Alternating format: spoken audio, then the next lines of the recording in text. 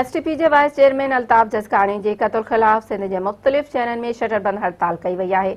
STP जे कारकुननि क़ातिलनि जी गिरफ़्तारी लाइ एहतिजाजी मुज़ाहिरा कया आहिनि। टंडोलाया ज़िले जे समूरनि शहरन टंडोलाया, नसरपुर, चंबर, बुकेरा शरीफ, ओस्मान शाहड़ी, सुल्तानाबाद, प्यारो, लुंड ऐं सजर चांग समेत नंढनि वॾनि स्टापनि ते मुकमल तौर शटरबंद हड़ताल कई वई आहे। हैदराबाद जे कासमाबाद, नसीम नगर, सहरिश नगर, भेटाई टाउन, मारवी टाउन, शीदी ॻोठ, वहदत कॉलोनी, लतीफ़ाबाद 2 ऐं 3 नंबर, हाली रोड, साइट एरिया, टंडो यूसुफ समेत मुख़्तलिफ़ इलाइक़नि में हड़ताल आहे।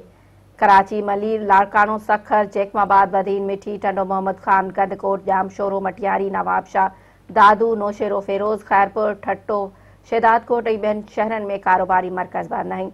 टंडो आदम कलोई, मीरपुर, भठोरो, नवकोट, नंदो शहर, कढण, पिंगरियो, टंडो बागो, शेख भिरकियो ऐं ॿियनि शहरनि में शटरबंद हड़ताल कई वई। पिंगरियो में लखारीनो उमराणी, अला बख्श दर्स, मोहम्मद अमीन हजाम, अला रखियो खोसो जी अॻवानी में एहतिजाजी मुज़ाहिरो करे शालती प्रेस क्लब पिंगरियो अॻियां धरणो हयो वियो। टंडो बागो में एहसान उमराणी, रजब अली उमराणी, कारो हाले पोटो ऐं आकाश जी अॻवानी में कारकुननि अलावाला चौका एहतिजाजी रैली कढी नारेबाज़ी कई।